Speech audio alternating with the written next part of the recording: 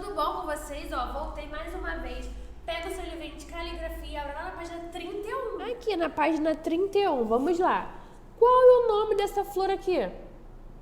É uma rosa, então vamos escrever rosa. E embaixo também rosa. É o S com som de Z, lembra? E embaixo, copie as palavras substituindo por S. Onde tiver a estrelinha, vamos colocar o S. Vamos ler. Vá. Se tivesse o S aqui, S com O. Zo. Vazou, com som de Z.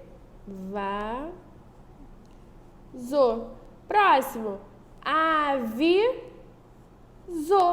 Seria aviso. Né? Próximo. Mesa. Mesa. Tracinho za. Mesa. Embaixo. Risada. Risada, ó. Risada. Risada. Aqui, rosa. Seria rosa. Rosa. E aqui, visita. Visita.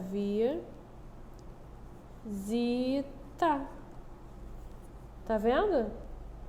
E aqui, separe as sílabas. Aqui tá escrito besouro. Como separa besouro? Bate palma aí. Besouro. Ai, meu Deus. Ficou até forte, ó.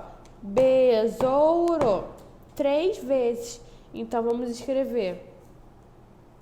B. Tracinho zou. S-O-U. Tracinho ro. Besouro. Embaixo. Música. Separa a música aí. Música. 3 pedacinhos. Então, vamos separar. Tracinho zi, que é o S com I. Tracinho K. Música. E o último aqui. Defesa. Separa aí. Defesa. 3 pedacinhos também. Então, vamos separar.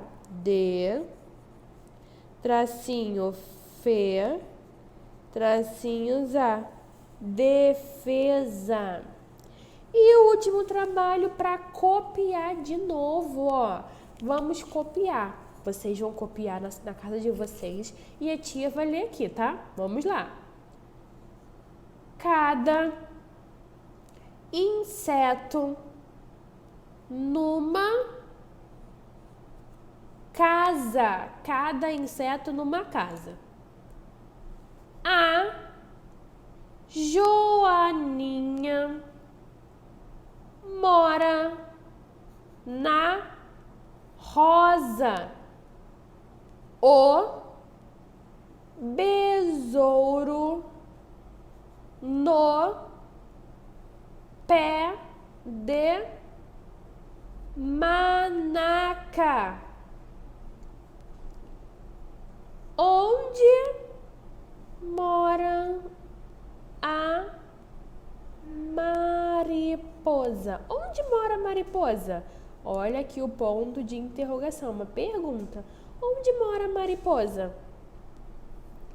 Na folha do maracujá.